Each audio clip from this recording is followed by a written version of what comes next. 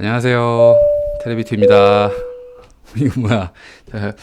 이번 시간에는 지난번에 제 라이브 방송 아무도 못 보셨겠지만 딱 한 분 들어오셨거든요. 그때 그건 조립 영상이었고 하여튼 이번 영상에서는 이 키보드에 대한 설명과 소개를 겸해서 하여튼 리뷰를 해보려고 합니다. 이 키보드는 지난번에도 말씀드렸지만 이포메이커에서 협찬을 받은 키보드입니다. 저는 무상으로 제공을 받았고 뭐 별도의 가이드라인이나 심지어 리뷰를 언제까지 해주세요 뭐 그런 것도 없었어요. 그냥 이포메이커 측에서 아무도 관리를 해주고 있지 않은 것 같은데 어쨌든 그래도 약속은 약속이니까 리뷰를 해야죠, 그죠? 그래서 리뷰하려고 들고 나왔고 지난 시간에 1시간 정도 걸렸는데 하여튼 제가 조립을 해봤습니다. 커스텀 키보드를 이제 옛날에는 많이 좋아해서 그 당시에 최신 기술 같은 것들 그런 것들 제가 이제 좀 그래도 팔로우하고 있었는데 요즘은 제가 잘 이제 모르는 부분들이 많아가지고 많이 바뀌었어요. 예를 들면은 제가 키보드에 대한 관심이 떨어진 이후에 그때 폼떡 키보드라고 하는 것들이 나옵니다. 폼떡 키보드라는 게 뭐냐면 이 키보드라는 게 원래 기계식 키보드가 굉장히 시끄러운 물건이잖아요, 그죠?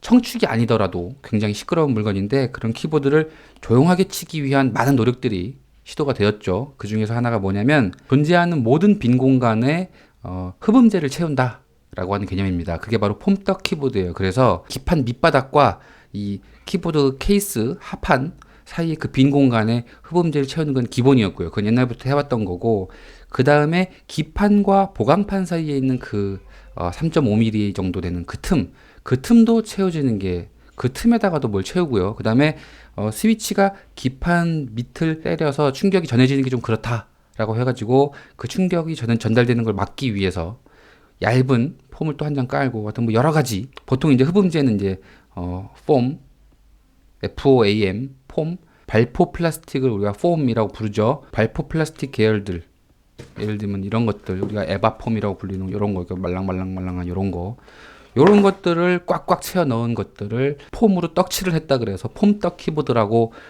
부릅니다. 제가 그 폼떡 키보드를 만나본 적이 없었어요. 이 키보드가 제 처음으로 접해보는 폼떡 키보드인데 그래서 그런지 좀 조립할 때 야 이번 어디에 쓰는 물건이야? 조립 순서를 헷갈리기도 하고 그래서 좀 많은 시행착오가 있어서 1시간 5분 정도? 뭐 한 1시간 정도 걸린 것 같습니다. 어쨌든 좀 많이 버벅이었어요. 라이브 방송 때 심지어 스테빌라이저에도 제가 이제 딱히 별도로 윤활을 하질 못해가지고 저는 윤활 말고 그 면봉 솜 넣어서 하는 면봉 신공 있죠? 그걸로 하는데 일단 지금은 그걸 다 해온 상태입니다. 그래서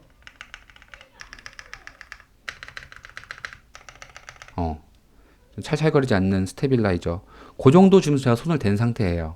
그리고 스위치는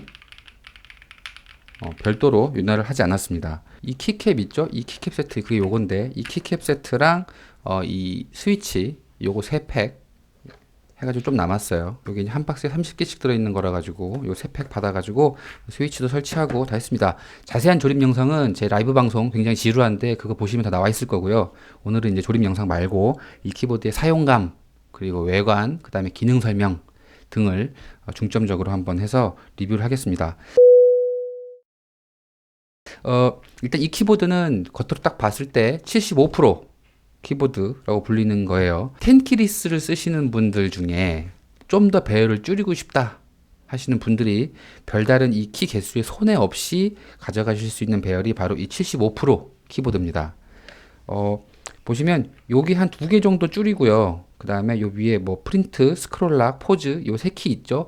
그 3키를 없앤 상태로 최대한 이쪽으로 갖다 붙이면 이런 배열이 나오는 거죠. 실사용할 때 10키리스까지는 내가 칠 수 있겠는데 그보다 더 줄인 거는 치기가 어렵다 라고 하시는 분들도 이 75%요 배열은 별도의 노력 없이도 적응하시기가 쉽다 라고 하는 게 요 75% 키보드입니다. 어떤 분들은 이걸 실사용의 마지노선으로 생각하시는 분들도 계세요. 요거는 사실 요만큼 빼고 보면은요, 그냥 일반적인 노트북 있죠?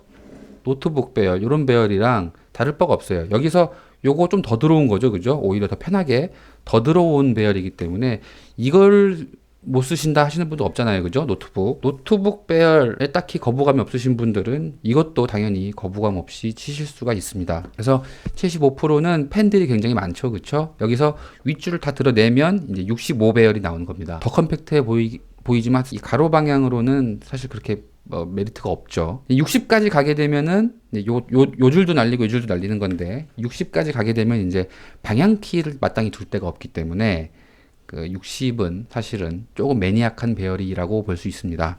어쨌든 요건 75고요. F1, 2, 3, 4, 5, 6, 7, 8, 90 요거 요 맨 윗줄을 많이 쓰신다고 하면은 여기서 한 줄 더 내린 65%보다는 75를 쓰시는 게 확실히 덜 피곤합니다.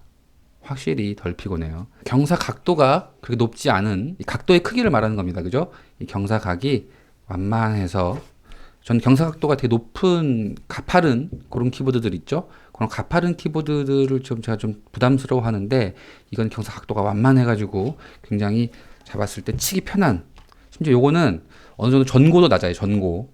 각도의 크기 말고 이 전체적인 높낮이 있죠? 이 높낮이도 낮은 키보드에 속하는 것 같습니다. 그래서 팜리스트 없이도 충분히 편하게 타건을 할 수가 있었어요. 이렇게. 굉장히 편합니다.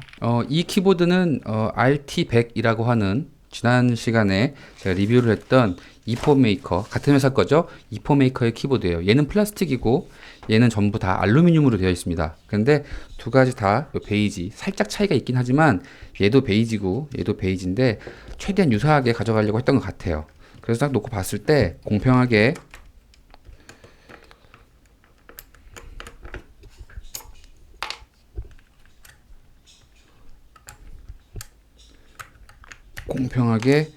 똑같은 프로파일에 키캡을 껴놓고 보면 높이 차이가 얘가 한 2mm 정도 높습니다. 얘가 그렇게 높은 편은 아니었는데 결코 낮은 키보드는 아니었거든요. 낮은 키보드가 아니었음에도 불구하고 또 높은 키캡의 프로파일을 써가지고 더 높아 보였었죠.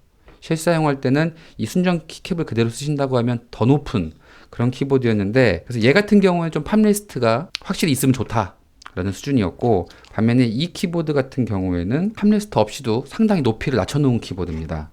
그래서 전고는 확실히 차이가 있어요. 얘가 좀 더 낮아요. 바닥에 낮게 깔려 있다는 거죠. 요거는 이제 알루미늄입니다. 알루미늄이고 이쪽이 충전 단자, 여기 충전 단자이기도 하면서 얘는 유선 키보드로도 쓸 수가 있거든요. 그래서 유선 연결할 때는 여기다가 연결하시는 거고요. 뭐 그렇겠죠. 다른 데 포트가 없으니까. 얘 같은 경우에 유선 2.4 무선, 블루투스 세 가지 다 지원했는데 얘도 마찬가지입니다. 얘도 2.4 무선, 블루투스, 그리고 유선 요 세 가지를 전부 다 지원해주는 굉장히 사랑스러운 그런 키보드예요. 요게 무선 키보드 쓰실 때 쓰이는 그 온오프 스위치입니다. 요걸 탁 켜시면 불 들어오죠, 그죠? 그러면서 이제 블루투스 키보드라고 하면은 바로 동작을 하게 될 거고요. 어떤 그런 거고 이쪽에 보시면 도어가 하나가 있는데 멋있습니다. 보세요. 이렇게 쏙 이 커버도 알루미늄이에요. 좀 살짝 이렇게 제낄 때 힘이 들어가는데 착 힘줘서 당기면 동글 넣는 곳이 보이고요. 이게 2.4GHz짜리 동글입니다. 동글이고 닫을 때에는 이렇게 살짝 탁 닫히는 거 보이시죠, 그죠? 여기 자석이 있어서 그래요. 자석으로 살짝만 해도 어느 순간 탁 이 느낌 좋습니다. 이 라이트의 뭐 색깔이라든지 아니면 이 흘러가는 빠르기라든지 밝기라든지 이제 뭐 이런 것들도 조정하실 수가 있는데 사실 뭐 그런 거는 설명서에 나와 있으니까 하판 디자인은 이렇게 생겼습니다. 하판 디자인 보시면 예쁘게 생겼죠, 그죠? 딱히 뭐 무게 추락을 한다기보다는 그냥 데코 정도라고 보시면 될 것 같습니다. 그리고 요 뒤쪽 여기 쪽 보면은 이렇게 라인이 들어가 있죠.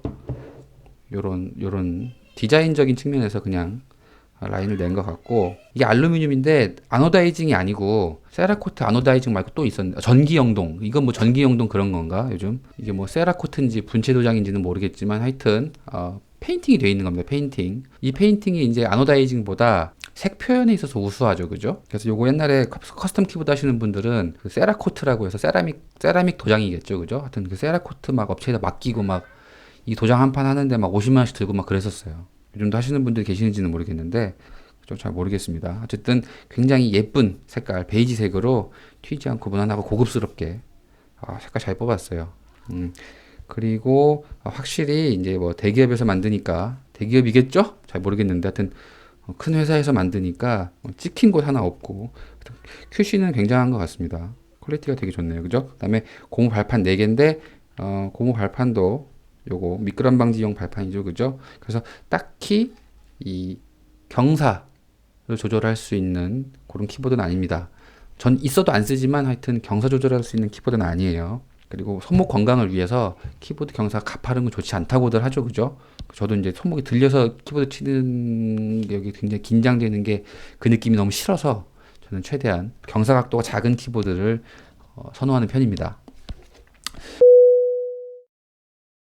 어쨌든 외관 설명을 이렇게 드렸고요. 이 키보드가 어떻게 보면 제 끝판왕으로 소개해드릴 수도 있을 것 같은 게, 이 키보드는 무선이면서 QMK의 키보드입니다. QMK라는 게 뭐냐면 이 키보드 펌웨어를 말하는 건데요. 커스텀 키보드 우리나라 국내에서 처음 생겼을 때에는 조금 이제 여러 종류의 펌웨어들이 있었습니다.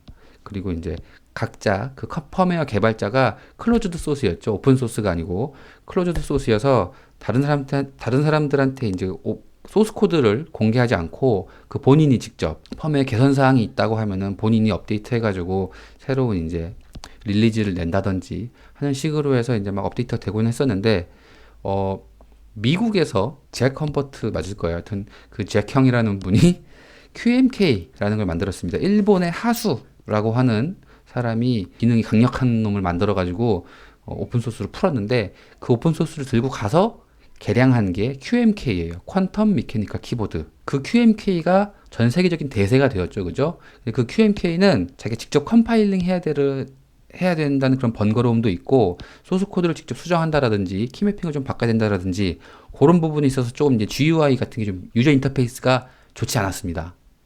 자기가 직접 메모장에서 소스 코드 열어가지고서는 키매핑을 직접 해가지고 세이브하고 컴파일 한 다음에 기판 심기까지 뭐 이렇게 했었어야 돼요. 막강하지만 불편했다 이거죠.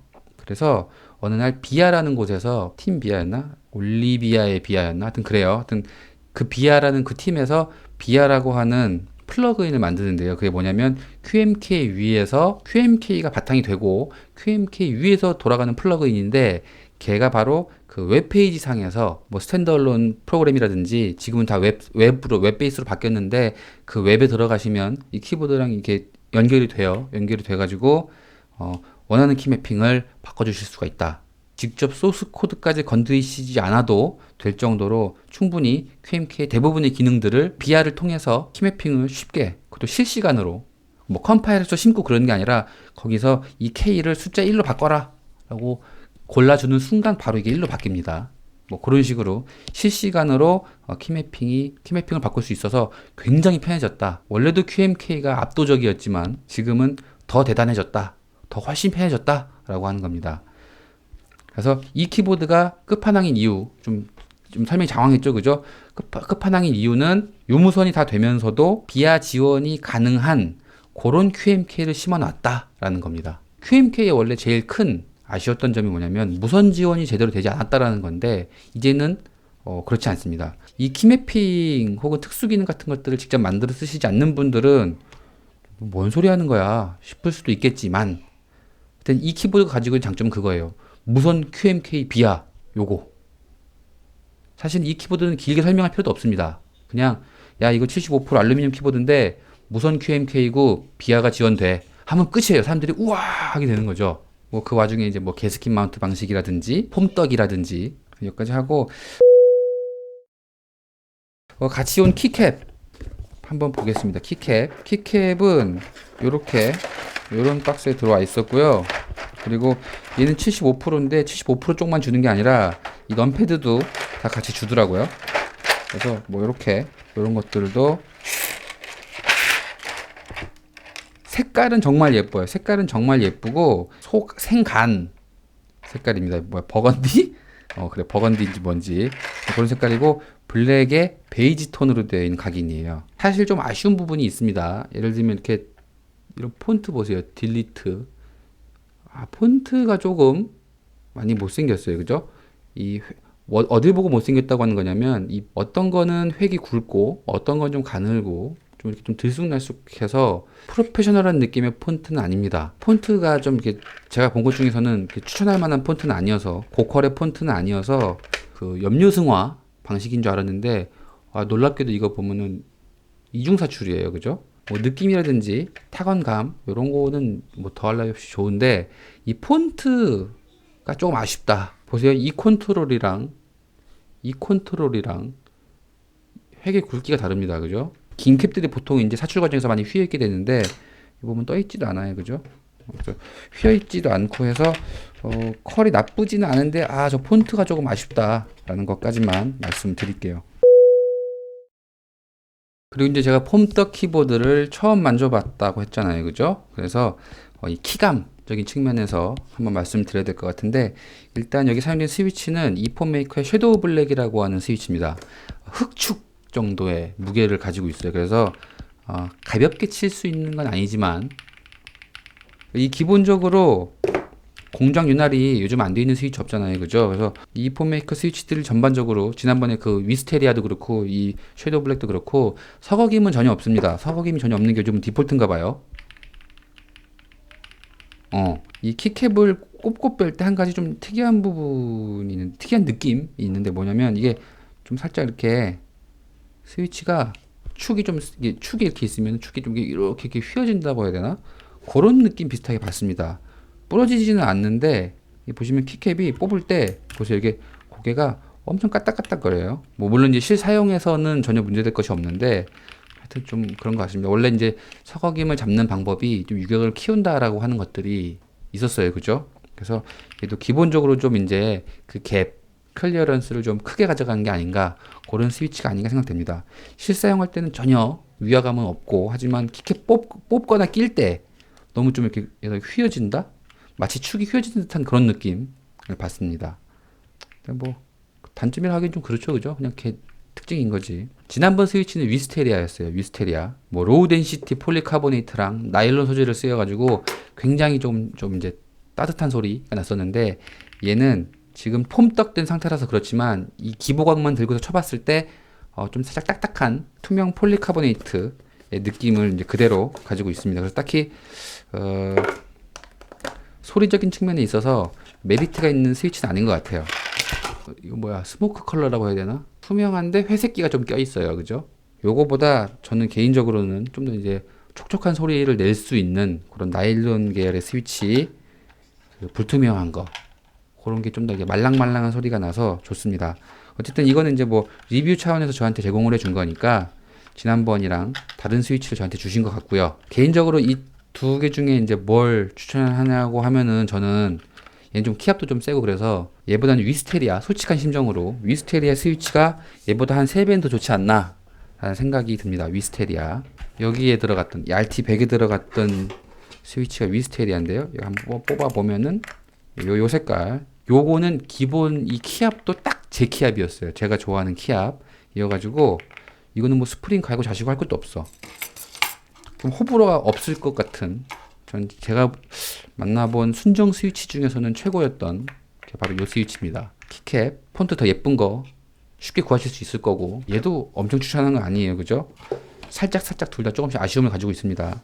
그런 반면에 이 키보드 자체는 저는 딱히 이제 흠잡을 필요가 없는 바디라고 생각을 합니다. 일단은 블루투스 무선, 2.4G 무선 이게 다 되는 것도 굉장히 훌륭하고, 거기에 유선까지 있는 것도 좋고요. 배터리도 대용량이라 가지고 3000mAh 이렇게 있는 거 맞죠? 대용량 배터리가 이렇게 쫙 깔려 있더라고요. 우리 같이 그때 조립하는 영상 보시면은 배터리 있는 거 보실 수 있으실 겁니다. 폼떡 키보드 제가 처음 쳐본다 그랬잖아요, 그죠? 이 폼떡 키보드가 굉장히 매력적이네요. 이게 폼떡 종류를 많이 쓰신 분들은 다 폼떡은 거기서 거기지 그 폼떡 특유의 개성 없음이 싫어 라고 말씀을 하시는데, 전 이게 첫 폼떡이다 보니까 너무 좋아요. 이게 어느 부분이 좋으냐면, 이 알루미늄은 금속이니까 이 때리면은 이렇게 땡땡땡 많이 울리거든요. 그래서 이 아래쪽 특히가 많이 치면 되게 텅텅텅 하는 소리가 날 수가 있습니다. 그래서 많은 커스텀 키보드 제작자분들이 어떻게 하셨냐면, 이 밑판에 두께를, 여기 안에 보면 이제 가공되어 있는 부분 두께를 너무 얇지 않게 가져가려고 많이 했었어요. 그러다 보니까 자연히 이 키보드의 높이가 두꺼워지는 거죠, 그죠? 두꺼워져서 키보드가 이렇게 들고 막 쳐야 될 정도로 굉장히 두껍게 깔려 있었었는데, 두껍게 까니까 무게도 무거워지고 핸들링하기도 힘들고 손목도 들리고, 그래서 낮은 키보드, 바닥에 착 깔려있는 그런 키보드를 손목 부담 없이 그런 키보드를 치고 싶은 분들에게 있어서 알루미늄 키보드는 어느 정도 한계가 있었습니다. 그런데 이 폼떡이다 보니까 그 낮은 키보드, 낮은 알루미늄 키보드에서 오는 그 통울림을 이 폼으로 잡아주는 거죠. 그러니까 알루미늄 키보드인데 낮아서 좋아요. 낮아서 좋고, 그렇다고 이 소리의 볼륨도 굉장히 조용하고, 소리의 색깔이 참 이쁜데 몽글몽글하니, 그냥 조약돌로 된장찌개 끓이는 그 느낌, 그런 소리. 얘는 지금 스위치 때문에 그래요. 하지만 볼륨이 훨씬 작다. 느껴지십니까 이게? 예, 볼륨이 더 훨씬 커요. 볼륨이 한 두 칸 큰 느낌. 조용합니다 얘는. 그래서 이거는 타건을 막 이렇게 치시는 분 아닌 이상에는 사무실에서 치셔도 충분히 조용한, 소리를 잘 잡아주는, 잘 먹어주는 그런 키보드라고 할 수가 있겠습니다. 조용합니다. 여기에 이 스위치를 꼈으면 더 조용해지겠죠, 그죠? 거기에다가 스위치 윤활, 좀 이제 많이 귀찮으시겠지만 뭐 한 번 하면 되는 거니까, 그죠? 한 번 쓸 때 제대로 하는 거니까. 또 얘도 핫스왑이라 가지고, 얘도 핫스왑이에요. 그래서 스위치 뽑을 때 뒷면에 뭐 납땜을 한 해 만에 그럴 필요가 없이 그냥 잡고 뽑으면 뽑힙니다. 핫스왑. 이제는 뭐 핫스왑이 뭐 모르시는 분들 안 계시겠지만, 전 지금 핫스왑 봐도 굉장히 이것은 혁신이야 라고 생각이 들어요. 그래서 납땜할 필요 없어요. 납땜할 필요가 없으니까 그냥 스위치만 딱 뽑아가지고 윤활 한번 해주시면 되겠죠. 이 윤활이라고 하는 게 목적이 주 목적은 사실은 이제 이 서걱거리는 거, 이 뻑뻑한 느낌, 이 서걱거리는 느낌, 뭔가 이제 긁히는 느낌 났을 때 그거 막 좀 부드럽게 치고 싶다라고 해가지고 윤활들을 많이 하셨죠. 옛날에는 이제 막 오래돼 있는 기판에서 막 다 썩어가는 스위치 떼오다 보니까는 내가 막 잘 누르면 잘 안 들어가고 막 무슨 모래 같은 거, 먼지 같은 거 끼는 느낌 나고 해서 스위치 세척을 하고 윤활을 해서 막 그 리스토레이션 해가지고 이제 복구해서 살려서 쓰는 느낌이었다면, 그죠? 그때 윤활은 그런 목적이었다면은, 요즘의 윤활은 이 서걱거림을 잡아주는 거, 체리 스위치 같은 거 보면은 신품인데도 되게 서걱거리잖아요, 그죠? 그 서걱거리는 거 잡아주는 그런 목적이면서도 그 부가적인 효과로, 그 부수적인 효과로 소리가 굉장히 촉촉해집니다. 그래서 이 스위치는 서걱거리지 않는데요? 그러면 뭐 윤활 안 해도 되겠네요?가 아니라, 그럼에도 불구하고 그 키보드 덕후들, 우리 키붕 형님들이 윤활을 하는 이유는 이 소리가 몽글몽글몽글몽글 젖은 초콜릿을 도각도각 부러뜨리는 그런 느낌. 조약돌로 끓인 된장찌개에 그 초콜릿을 도각도각 부러뜨려가지고 통풍 넣고 같이 보글보글 끓이면은 이제 막 키감이 끝판왕이 되는 건가? 뭐 어쨌든 첫인상은요 굉장히 좋다였습니다. 플라스틱 키보드보다도 더 낮은 키보드. 얘는 이제 팜리스트가 거의 필요 없을 정도예요, 제가 쳐봤을 때. 그래서 요거 같은 경우는 또 비하가 되고요. 이거 주면은 진짜 최고의 선물이다 라고 할 수가 있을 것 같습니다. 그리고 요게 놀랍게도 이폰메이커 EK75 킷이 지금 149.9불입니다. 뭐 거의 그냥 150불이네요, 그죠? 150불이고 키캡은 따로 사셔야 되고요. 그래서 키캡 요거 말고 그냥 딴 거 사면 되겠다, 그죠? 키캡은 딴 거 선택지가 너무 많고, 스위치는 요거 말고 위스테리아 사면 좋을 것 같습니다. 위스테리아는 전체 개강추. 그다음에 뭐 케이블, 뭐 이거 무선 케이블인데 케이블은 뭐, 저는 이거 테스트할 때 C2C 요걸로 썼습니다. C2C 잘 되고요. 딱 군더더기 없이, 더할 나위 없이 좋습니다. 다만 이제 단점도 있어요. 단점이 뭐냐면, 이거는 좀 보강판 설계를 좀 바꿔야 된다고 생각을 하는데, 무보강 방식의 스테빌을 쓰였단 말이죠. 무보강용 스테빌. 우리 그 라이브 방송에서 처음 조립했을 때 이거 이제 제가 그걸 안 한 거예요. 윤활을 따로 안 했기 때문에 이번에 윤활 하려고 이 스테빌만 좀 빼려고 했거든요. 근데 그게 안 되게 되어 있습니다. 왜 그러냐면, 보강판 여기 보면은 밑에가 이게 안 따져 있죠, 그죠? 보이나? 예, 보면 이 부분이 이게 따로 컷아웃이 안 돼 있죠, 그죠? 그래가지고 이 기판 뒷면에서 나사를 풀러도 이 스테비를 꺼낼 수가 없어요. 나사를 풀고 이 스위치를 이렇게 뽑아도 이 스테비를 드러낼 수가 없습니다. 드러낼 수가 없어가지고 이 철심을 빼가지고 싹 꺼내야 되는데 이게 안 꺼내져요. 지금 보안판 설계를 왜 이렇게 했는지 모르겠습니다. 이 부분은 그냥 컷아웃을 딱 놔도 되는데, 그죠? 이게 이 스텝일만 그런 게 아니고 모든 스텝 4개가 들어가거든요. 여기 하나, 여기 하나, 그리고 여기 하나, 여기 하나. 전부 다 그렇게 돼 있어요. 그래서 스텝1 한번 요거 하나 드러내려고 하면 우리가 스텝1을 윤활을 새로 한다든지 아니면 교체를 새로 할 경우가 있지 않겠어요. 그죠? 핫스왑이라서 편할 줄 알았죠. 왜냐면 요거 한번 싹 뽑으면 보통은 되니까. 근데 얘는 여기가 막혀 있는 바람에 이 스텝1을 꺼낼 수가 없어요. 이게 좀 치명적인 단점. 요 키붕이 형님들한테는 아우 저러면 어떡하지 싶은 그런 이제 안 좋은 포인트, 단점이라고 생각이 됩니다.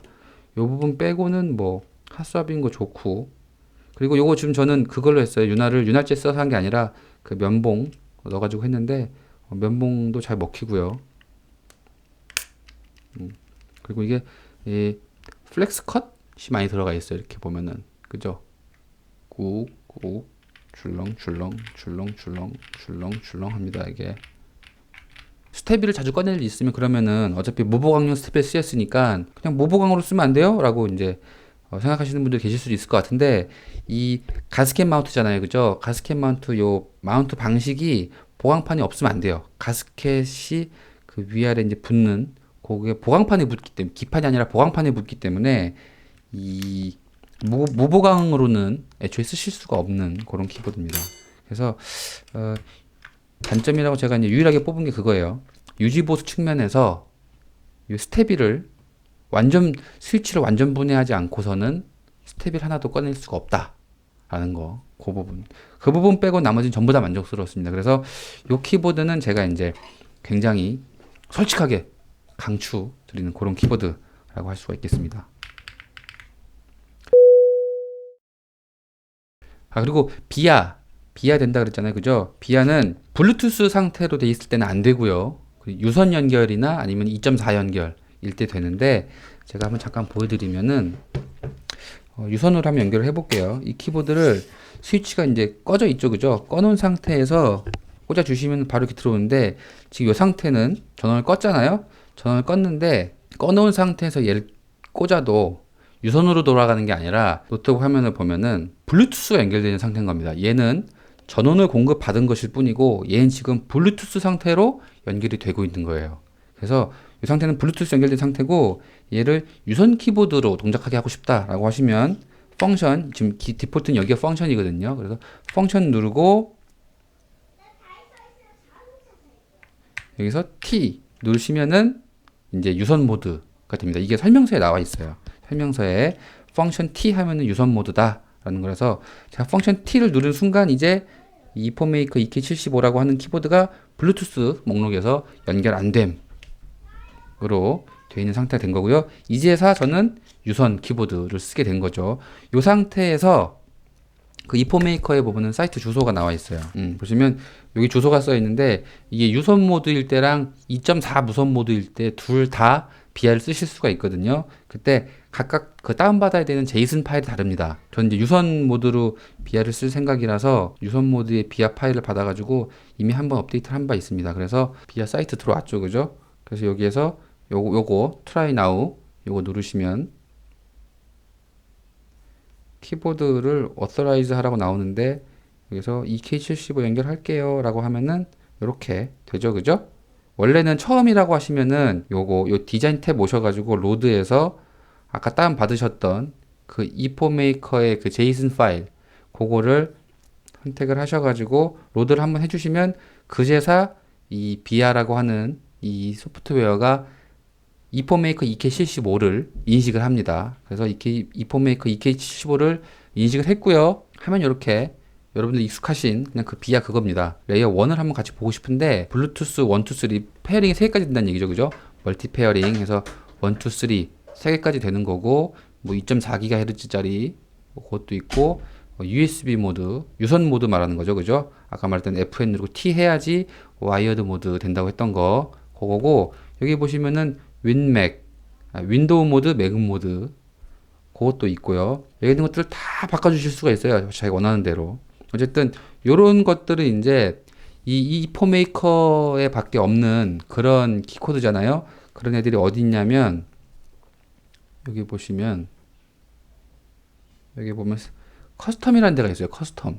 여기 가보시면 이렇게 이폰 메이커에서 마련한 요런 독자적인 키코드들이 여기 보면 이제 들어있다. 일단 요걸로 설정하실 수 있는 거예요. 이제 막연하게 야 비하면은 원래 뭐 또 이폰 메이커에서 기본적으로 마련해두는 다른 기능들 아예 못 쓰는 거 아니냐 라고 생각하실 수도 있는데 그게 아니고 다행스럽게도 다 저렇게 준비를 해놨다는 거, 뭐 편하게 쓰실 수 있다는 거, 그걸 말씀드리고 싶습니다. 그래서 이 키보드는 남들한테 추천했을 때 절대 욕 안 먹을 수 있는, 제가 볼 때는 거의 뭐 완벽에 가까운, 깔만한 게 그거밖에 없었어요. 뭐야, 스테빌 밑에 컷아웃 제대로 안 뚫려 있어가지고 스테빌 뺄 수 없는 거.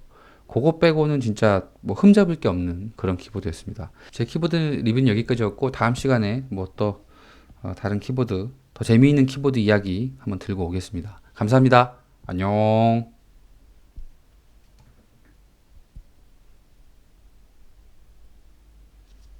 테레비투